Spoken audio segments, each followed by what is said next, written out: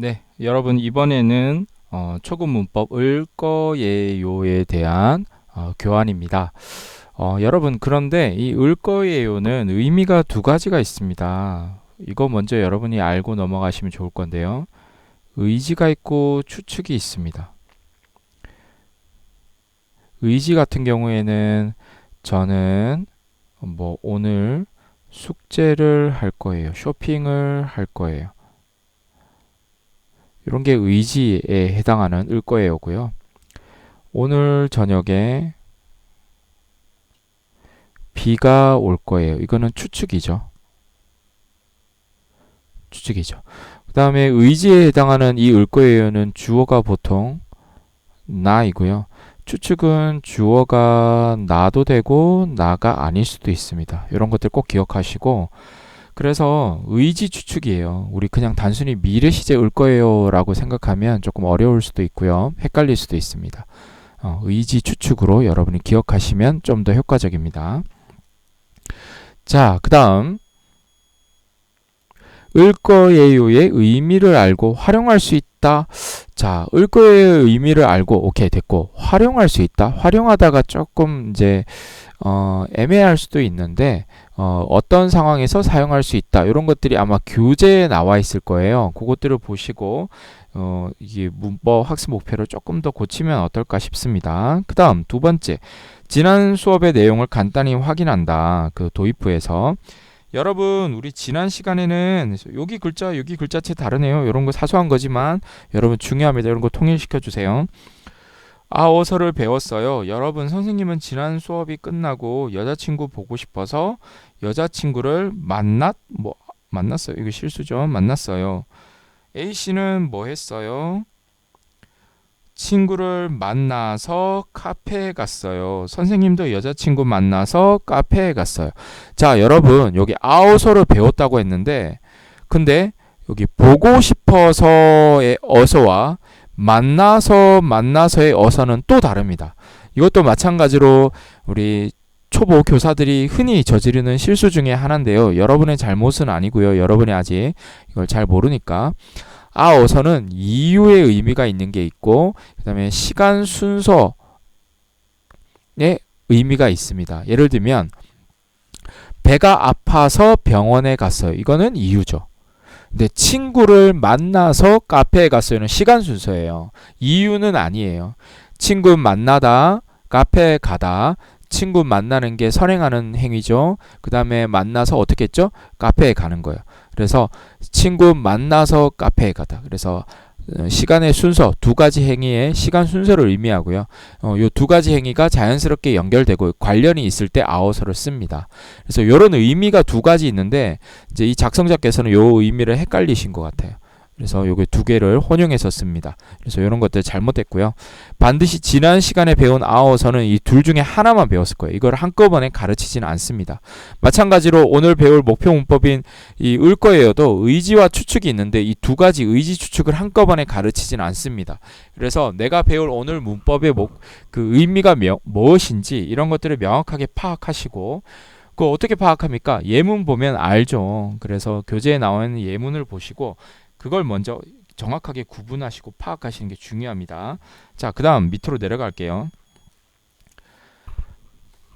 자, 그 다음 이제 서핑하다 했는데 지금 여러분 도입부랑 연결이 전혀 다른 얘기하고 있어요. 이러면 현장에 실습 들어가면 여러분이 도입부까지는 카페에 갔어요 했는데 갑자기 이제 여름에 서핑 탈 거예요. 이런 얘기해요. 연결이 전혀 안 되죠. 이런 것까지 고려하셔서 도입부 단계도 그러면 서핑하다가 중요하다면 서핑까지 연결할 수 있게끔 도입의 어떤 질문도 고려하셔야 되고요. 그 다음에 사소한 건데 서핑을 타다 아니죠. 하다죠. 이런 것들도 사소하지만 조심하셔야 됩니다. 서핑을 안 탈 거예요. 아니고 서핑을 할 거예요죠.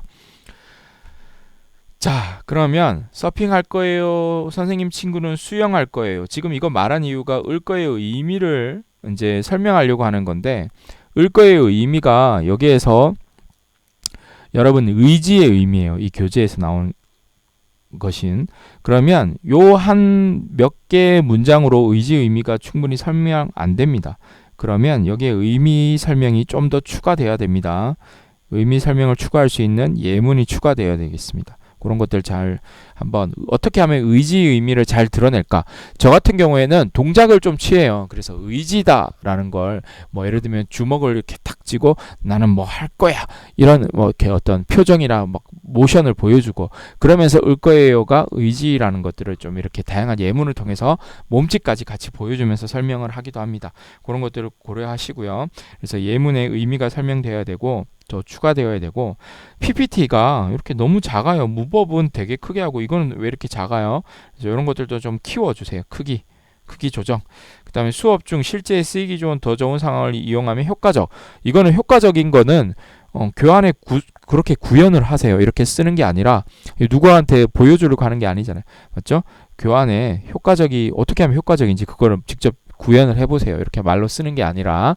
네, 그 다음 네, 여기도 목표 달성을 위할 때 이거는 의미로 좀 애매합니다. 아까 말씀드렸던 의지, 그냥 의지 이렇게 설명하시면 되고요. 그 다음에 거에요가 아니라 거예요입니다. 이거 계속 틀리네요. 사소한 건데 이런 거 조심하셔야 됩니다. 이거 큰일 납니다. 이건 치명적인 실수네요. 거예요예요. 거예요. 그래서 일단은 의미 설명에 대한 교환도 PPT도 다시 한번 구성하셔야 되고요. 자, 그 다음에 조합, 받침, 유무에 따른 조합을 설명하고 있네요. 그러면 여기 이쯤에서 이제 받침이 있는 단어, 없는 단어를 설명하시고 있는 거, 없는 거 설명하시고 그 다음에 여기에서 그 불규칙 설명하셔야 되겠죠. 그래서 따로따로 뭐 예를 들면 받침이 있는 거 먹다, 받침 없는 거 쓰다, 불규칙 뭐 디귿 불규칙 듣다 뭐 이런 거 뭐 만들다 이런 거를 넣어야 되겠죠. 불규칙은 다 써야 됩니까? 뭐만 쓰면 됩니까? 이런 것들을 고르실 때 여러분 항상 고려하실 게 그 전에 배운 거 그걸 쓰시면 됩니다. 그 전에 디귿 불규칙 배웠다면 디귿 불규칙 쓰시고요. 디귿, 비읍, 뭐 리을, 불규칙 모두 배웠다면 그 배운 거 다 쓰세요. 근데 안 배운 거 쓰시면 안 되고요. 그래서 그 전에 배운 거를 한번 확인해 보시면 좋겠고요. 지금 여기에서는 만나다와 듣다를 썼는데 듣다는 불규칙에 해당하는 거니까 여기에 받침이 있는 거 중에 듣다 말고 뭐 많이 있잖아요. 먹다도 있고 읽다도 있고 뭐 여러 가지 있으니까 그런 것들 넣어주시고 불규칙 이런 것들도 요렇게 교재에서 요렇게 넣었는데 불규칙 아시죠? 그래서 실제 수업에서는 학생들이 틀릴 수 있으니까 불규칙은 항상 숙제하셔야 돼요. 학생들이 언제 질문할지 모르니까. 그리고 할 수 있으면 그런 것들도 조금 교환에서는 간단하게 쓰지만 조금 더 넣어주시면 좋겠다. 그 다음 연습 문제 1을 연습한다 했는데 연습 문제 1이 어떤 건지 보여주시면 좋아요. 그래서 뭐 연습 문제 1을 다 보여줄 필요는 없지만 한두 개는 보여주시고 나머지는 생략 이렇게 하셔야 됩니다. 그래서 연습 문제가 어떤 게 여기에서 할 건지 보여주시고 그 다음에 을 거예요 앞에 보통 동사 다음에 이거 하이픈 이걸 넣어야 돼요. 이렇게 하이픈 넣는 거 이런 건 없어요. 이런 거는 하지 마시고 그 다음에 뭐뭐 할 거예요. 못 을 거예요는 여기에서는 이거를 설명할 필요는 있는데 그냥 을 거예요 이렇게 같이 하는 것보다 그냥 을 거예요 부정으로 그냥 가르치면 되는데 이걸 뭐 굳이 단계로 나눠서 할 필요는 없을 것 같습니다. 그냥 대화 속에서 자연스럽게 부정이 나올 수 있게 그냥 하시고 그거를 이제 언급해 주시면 될 것 같고요. 그 다음 연습 문제 1 여기에 나오네요. 그러면 요게 이제 앞으로 다시 들어가야 되겠죠. 아까 연습 문제 1 뭐 한다 했는데 이 구성이 좀 이렇게 좀 섞여 있어요. 는 뒤로 넣어야 되고요. 그렇죠. 그 다음 연습 문제가 다양하게 제시될 필요가 있다. 그래서 조합에 대한 연습 문제 아까 동사 이렇게 표를 넣어서 먹다, 쓰다, 그 다음에 을 거예요 합치면 어떻게 되죠? 먹을 거예요. 이렇게 빈칸 줘서 단어 이렇게 쭉 주고 을 거예요를 합쳐서 이제 그 조합을 연습하는 단계. 그거 하나. 그 다음에 이제 이렇게 전체 문장으로 을 거예요 바꾸는 단계. 뭐 이거나 사실 이거나 크게 다를 바는 없죠. 그 다음에 조금 어렵게 문장 안에서 또는 대화 안에서 을 거예요를 넣는 거. 그러니까 형태와 의미를 모두 연습하는 그런 어떤 연습 문제가 다양하게 제시되면 좋습니다. 그 다음 마지막으로 여기 있네요. 과제 내가 수업 후에 할 것, 할 것 이런 말 아직 안 배웠습니다. 그래서 뭐 할 거예요? 그냥 질문 형식으로 이렇게 하는 게 좋을 거예요. 수업 후에 뭐 할 거예요? 그럼 이름 쓰고 뭐뭐 할 거예요? 뭐뭐 할 거예요? 이렇게 써보게 하는 거. 뭐 이 정도면 수준에 맞는 것 같습니다. 그렇게 하시고 과제를 알려준다. 연습 문제 풀어오기. 수업 문제 내용. 네, 뭐 이 정도 하시면 될 것 같습니다.